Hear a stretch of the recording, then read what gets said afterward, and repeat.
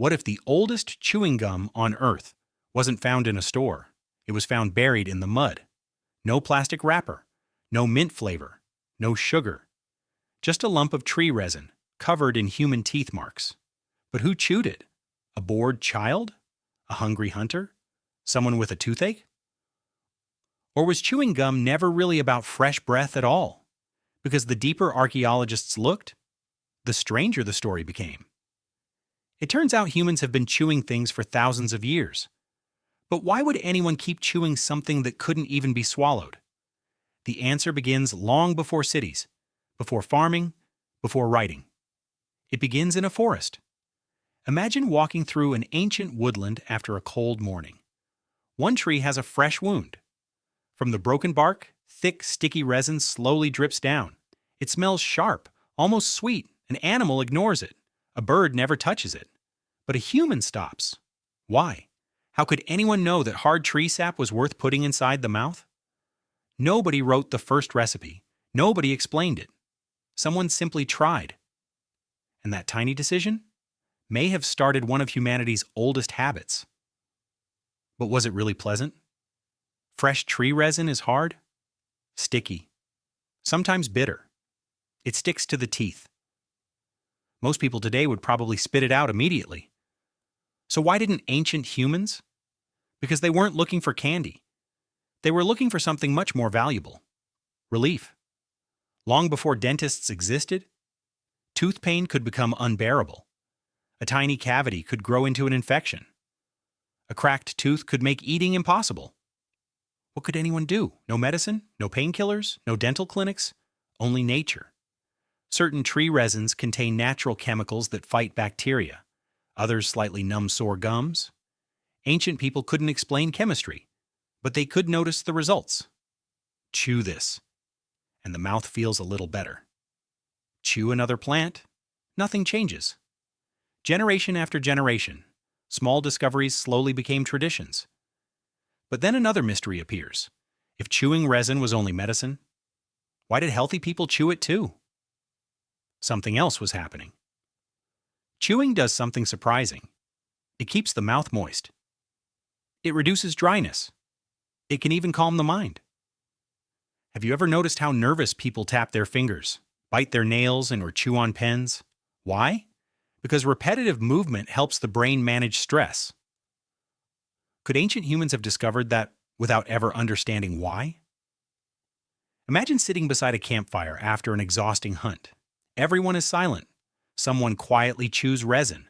Not because they're sick, not because they're hungry, just because it feels comforting.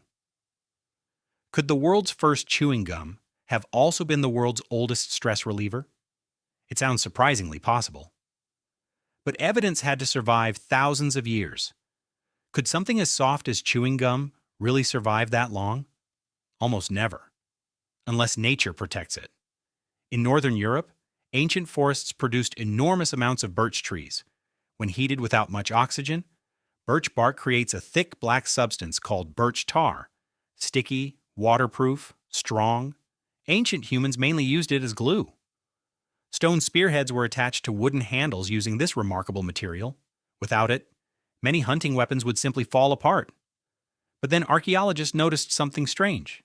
Some pieces of birch tar weren't attached to tools. Instead, they were covered with tiny human bite marks. Why would anyone chew weapon glue? That question confused researchers for years.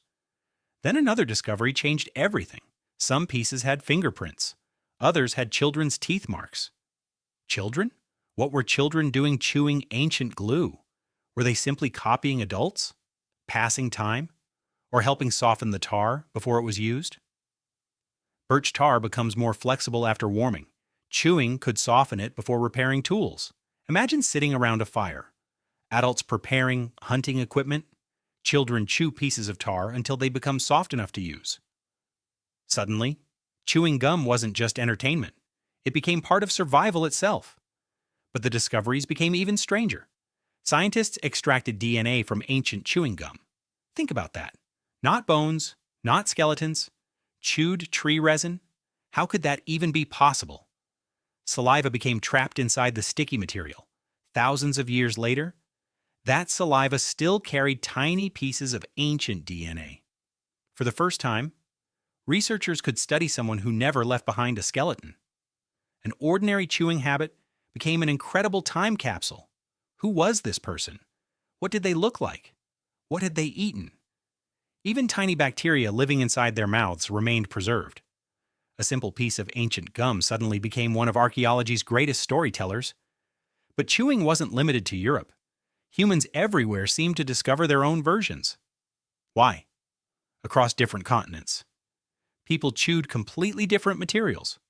Spruce resin, pine resin, natural latex, plant fibers, certain leaves, different environments, different trees. Yet the same strange behavior appeared again, and again, and again. How could people separated by oceans invent nearly identical habits? Perhaps because every human mouth faces the same problems: dryness, pain, stress, boredom, the need to clean teeth. Nature simply offered different solutions, but chewing eventually became something else entirely: culture. Some groups believed particular resins freshened the breath. Others thought certain plants strengthened teeth. Some chewed before important ceremonies, others during long journeys. The object changed, the habit stayed. Thousands of years passed, empires rose, empires disappeared. Still, people kept chewing. Why didn't the tradition vanish? Because every generation found a new reason. Then everything changed. Explorers arrived in the Americas. They noticed indigenous communities chewing a fascinating substance. Not tree resin, not tar. Natural gum collected from tropical trees. It stayed soft much longer. It tasted different. Could this become something bigger? Eventually. Entrepreneurs believed it could. Experiments began. Natural flavors were added, sweeteners followed, factories appeared. For the first time, chewing gum transformed from survival into a global product. But modern gum still carries echoes of its ancient ancestors. Every chew repeats a behavior older than history books, older than written language, older than civilization itself. And that raises one final question. If humans have been chewing for thousands of years, will the habit ever disappear? Probably not, because chewing was never only about taste. It helped soothe aching mouths, it softened materials for tools, it eased stress, it filled quiet moments around ancient fires, it even preserved pieces of human history. The next time someone casually unwraps a stick of gum, it might feel like an ordinary habit. But hidden inside that simple motion is a tradition that may have begun tens of thousands of years ago, when one curious human looked at sticky tree resin and asked a question nobody had asked before. What happens if I chew this? That single moment may have started one of humanity's longest-lasting habits, and somewhere beneath ancient forests, another forgotten piece of chewed resin may still be waiting to tell the next chapter of the story.